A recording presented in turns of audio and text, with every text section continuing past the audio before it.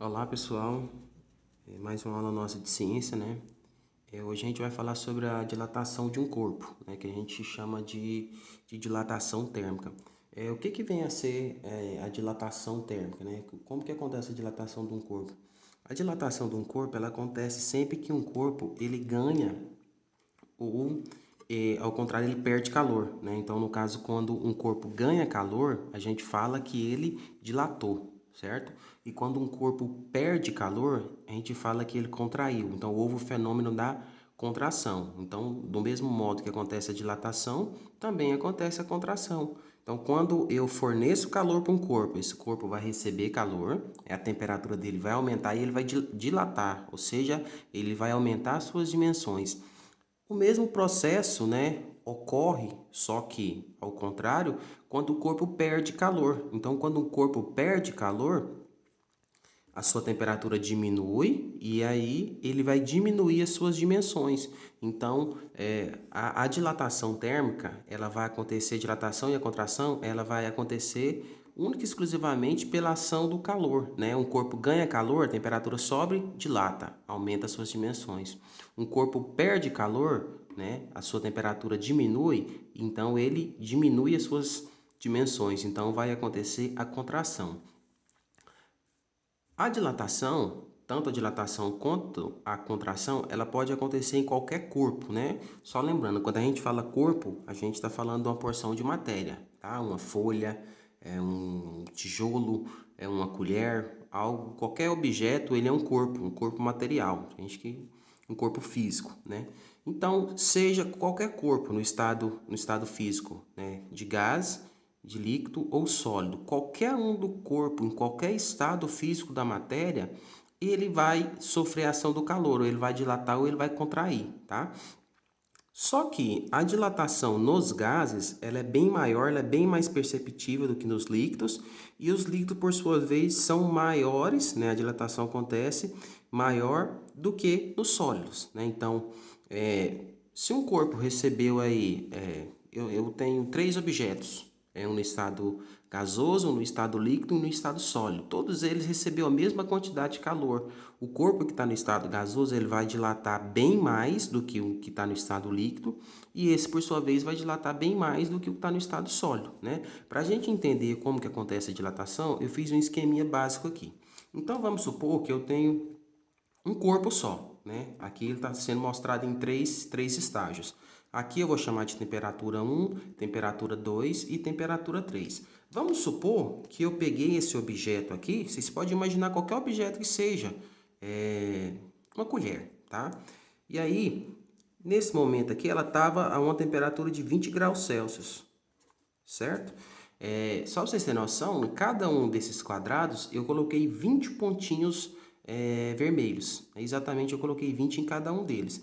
Então vamos imaginar o seguinte: esse corpo estava a 20 graus Celsius. Vocês podem perceber que esses pontinhos estão representando as partículas no corpo, né? Vamos supor que são os átomos. Tá vendo que eles estão bem mais próximos? Aí o que aconteceu? Eu aqueci esse corpo de alguma maneira. Vamos supor que agora esse corpo no momento 2 aqui, ele está a 50 graus Celsius. Eu peguei essa colher, vamos supor que um objeto é uma colher, e levei ele próximo ao fogo. Então a temperatura subiu para 50 graus Celsius, ou seja, eu forneci calor para esse sistema, para esse corpo, a temperatura dele aumentou. O que é a temperatura? A temperatura ela é o estado de agitação das moléculas no corpo. Quanto mais agitadas elas estão, mais espaçadas, mais separadas elas vão estar uma da outra. Então, quando a temperatura aqui aumentou, essas moléculas ficaram mais agitadas e elas ficaram mais distantes uma da outra. Então, o objeto ele dilatou, certo? E ainda tem aqui num estágio 3, né? Temperatura 3. Vamos supor que esse corpo foi ganhando calor e a temperatura agora subiu para 100 graus Celsius. O que vai acontecer com esse objeto?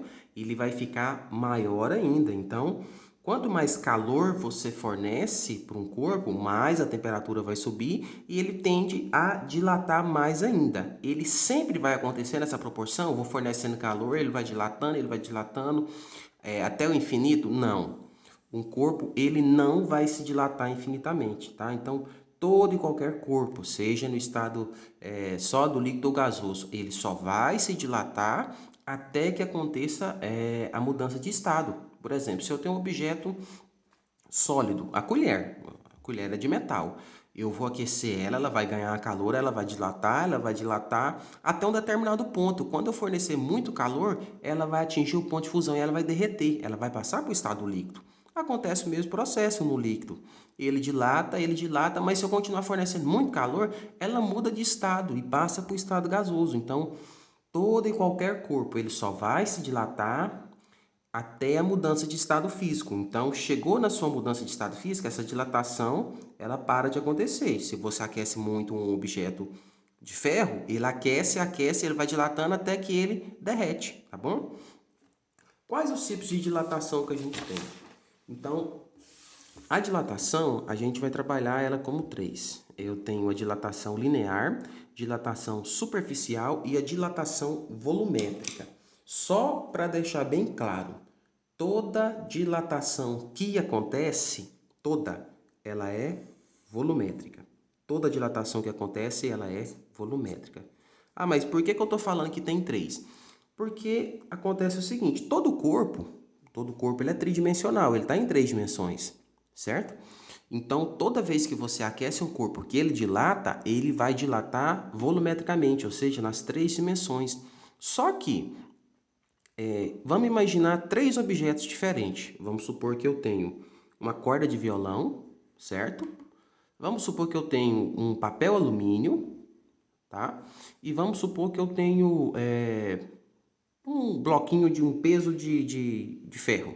É uma bola de sinuca. Vamos imaginar aqui que eu tenho uma bola de sinuca. Então, aqui eu tenho, só lembrando, nossos exemplos, uma corda de violão, papel alumínio e uma bola de sinuca.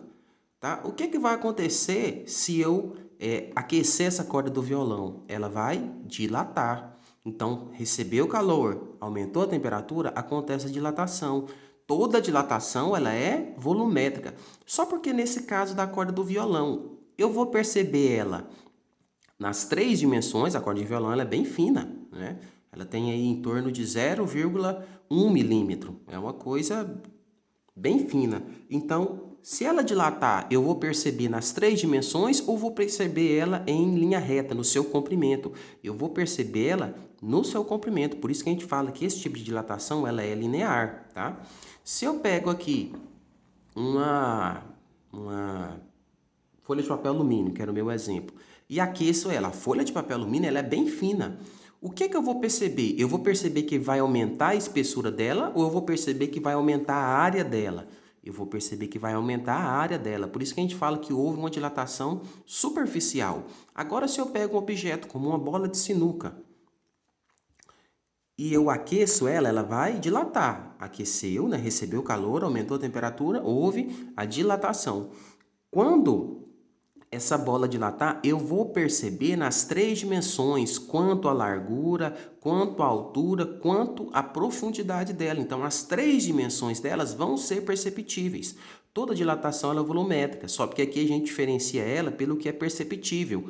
A dilatação linear ela acontece em linhas, né? Vamos dizer assim, as superficiais em áreas, as planas, e a volumétrica em corpos extremamente tridimensionais, que tem um volume nas três dimensões perceptíveis, tá?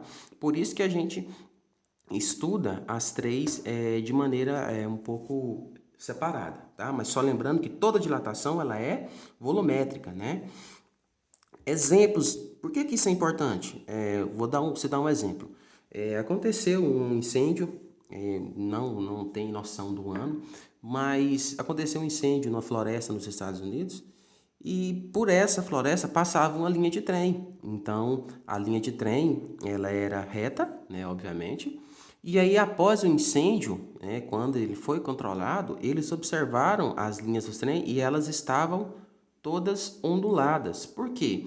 Porque quando a barra de ferro ela recebeu muito calor e como ela estava fixada no chão, ela recebeu o calor e ela foi aumentando as suas dimensões, aumentando o seu comprimento. Chegou num ponto que aqueles pinos que segurava ela não foi o suficiente, ela começou a se contorcer, tá? A gente vê isso também em ponte, né? Ponte muito grande, tem pontes aí que tem dezenas de quilômetros, tá? Vamos pegar uma ponte que tem 7 quilômetros de comprimento. Essas pontes, elas têm, entre um vão e outro, elas são separadas por partes. Entre um vão e outro, elas têm uma espécie de encaixe. Vamos supor que esse encaixe seria mais ou menos dessa maneira aqui, ó. Por que que elas não podem ficar encostadas? Assim. Por que que elas não podem ficar encostadas assim?